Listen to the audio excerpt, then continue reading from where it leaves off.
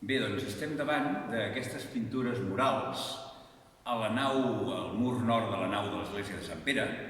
Són unes pintures murals que varen aparèixer en les restauracions que es van fer molt extensives de tota l'església de Sant Pere a finals del segle XIX. Estaven recobertes per repintades i diverses capes i també tenien un retaule que les cobria. I això va veure la llum aquestes pintures que van estar fetes al segle XIV.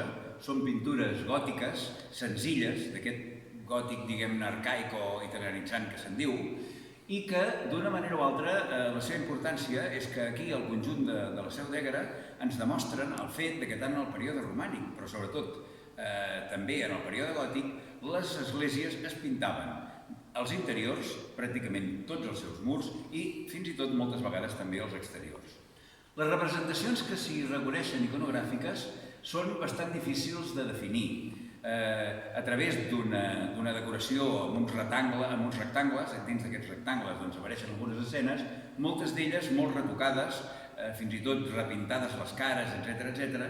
I les úniques que es poden reconèixer d'una forma bastant clara són aquesta crucifixió, aquest davallament i aquesta deposició, al mateix temps també que l'aparició de Santa Llúcia flanquejada per dos àngels.